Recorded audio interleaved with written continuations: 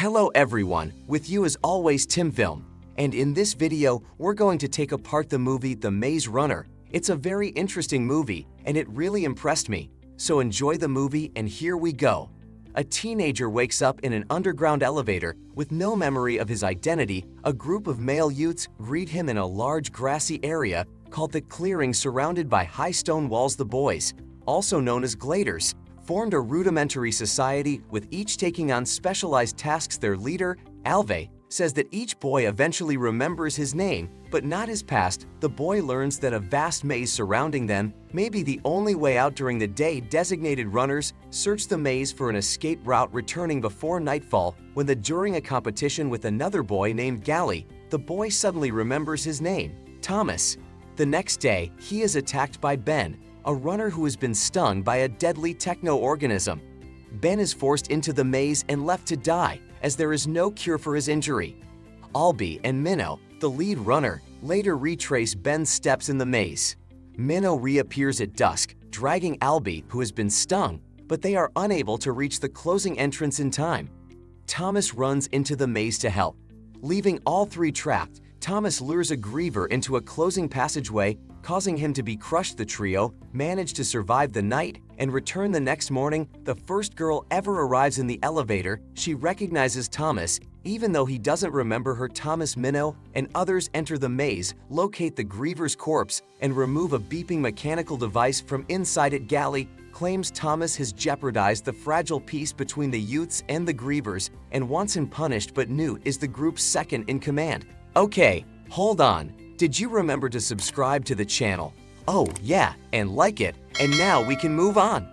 The maze's numbered sections open and close in a regular sequence. Thomas realizes that the device corresponds to a section within the maze. Theresa has two syringes filled with an unknown substance. One is used at Aldi, and he recovers from the grievous sting. Minnow and Thomas venture back into the maze with the device and discover a possible exit. That night, maze entrance doesn't close, while others open the door and let the gladers pour in. A massacre ensues as the gladers struggle to fight back or hide.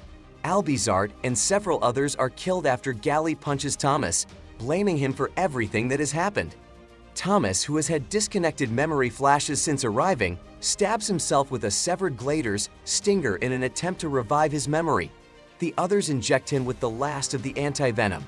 Thomas awakens and shares this information with Newt, Minnow, Chuck, and Teresa. Thomas then reveals himself and Teresa, confessing that they worked with Wecht and studied the boys for years. Meanwhile, Gally has taken command and intends to sacrifice Thomas and Teresa to the grievers to restore peace.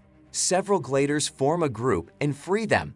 They approach the maze in an attempt to find and escape, while Gally and a few others refuse to leave, fighting grievers as they go.